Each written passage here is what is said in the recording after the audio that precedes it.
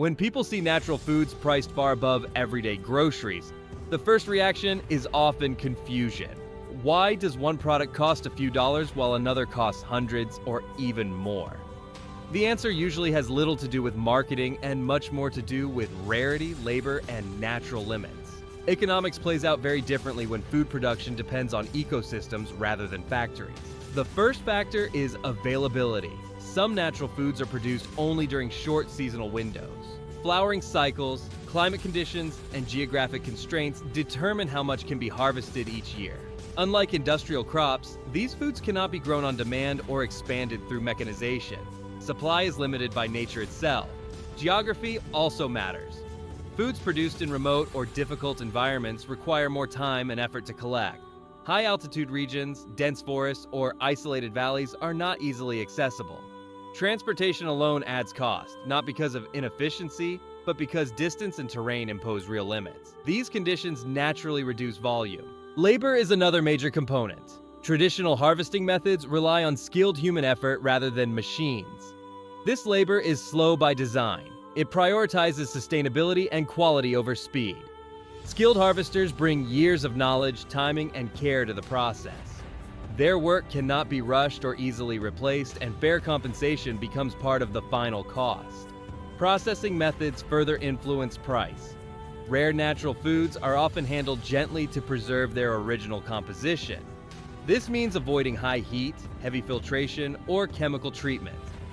Gentle handling takes more time and yields less product per unit of raw material. In economic terms, this lowers efficiency but increases integrity. Testing and verification add another layer.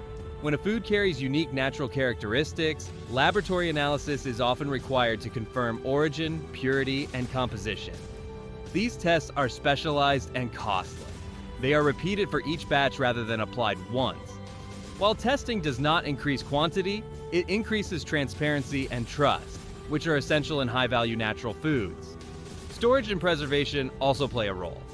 Rare foods are often stored in conditions that protect quality rather than extend shelf life at all costs. This can limit how long products remain available and reduce opportunities for large-scale distribution. Smaller batches mean higher per-unit costs. Market dynamics amplify these factors. When demand increases for a food with limited supply, price rises naturally. This is not driven by artificial scarcity. It reflects the basic economic principle that fixed supply combined with growing interest leads to higher value.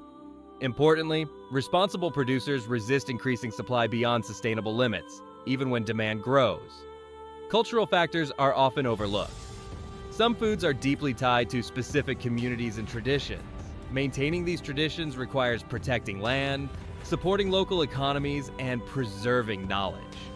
When consumers pay more for these foods, they are often supporting systems that prioritize long-term sustainability over short-term profit. It is also important to understand what higher cost does not represent. It does not guarantee superiority for everyone. Rare natural foods are not meant for daily consumption. Their value lies in occasional use, appreciation, and context. Pricing reflects rarity and effort, not necessity. Modern food systems have trained consumers to expect low prices through scale, automation, and uniformity. Rare natural foods operate outside this system. They remain subject to environmental limits, seasonal variation, and human care. Their economics reflect reality rather than optimization. Understanding the economics of rarity helps shift perspective. High prices are not always a sign of excess or exploitation. In many cases, they are a signal that nature sets the rules. When food production respects those rules, cost becomes a reflection of balance rather than inefficiency. Ultimately, some natural foods cost more because they cannot be produced cheaply without losing what makes them unique. Their value is shaped by time, place, and restraint. Economics in this case follows ecology. For more clear, science-based, and nature-aligned wellness insights, subscribe and stay connected.